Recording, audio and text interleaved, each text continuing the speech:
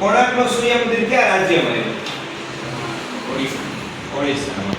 પછી કયા ત્રણ પ્રકારના શિલ્પ બરાબર જે કોણાર્કના સૂર્ય મંદિર બનાવવા વપરાણા છે?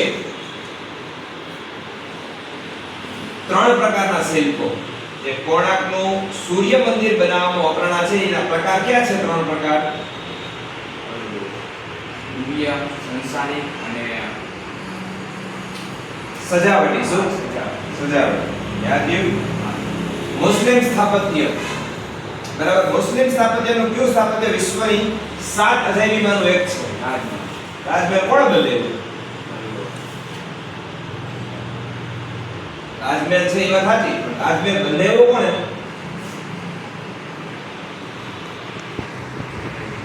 યાદ આવ્યું? તાજમહેલ કોણે બંધાવ્યો?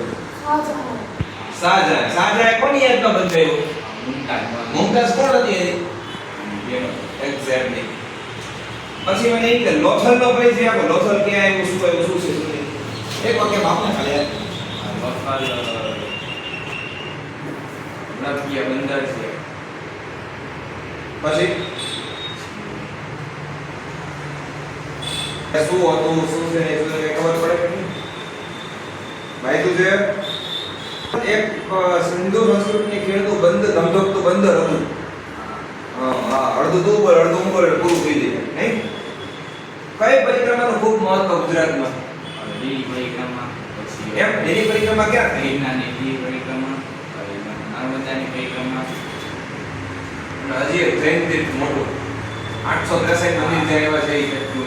એક્ઝેક્ટલી. પરીક્ષામાં હું આવીશ બેટા કેવા કે આ બોલો થોડાક એમસીક્યુ પૂછું નહીં તો બોલી જાવ કે અજંતાની ગુફાઓ કયા રાજ્યમાં આવી છે? મહારાષ્ટ્ર. મહારાષ્ટ્ર.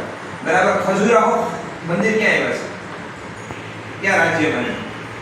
મધ્યપ્રદેશ. પછી બૃહદેશ્વરનું મંદિર તમિલનાડુ. તમિલનાડુ. બૃહદેશ્વરનું મંદિર તમિલનાડુ આ પર્ટિક્યુલર ક્યાં?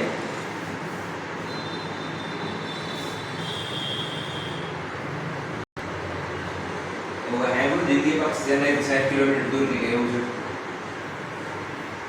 પછી રોમન હોટેલનું મંદિર હતું. કોઈ ખાય. પછી મને ઈ કે સ્થાનિક માછીમારો એલિફન્ટાને શું કહે?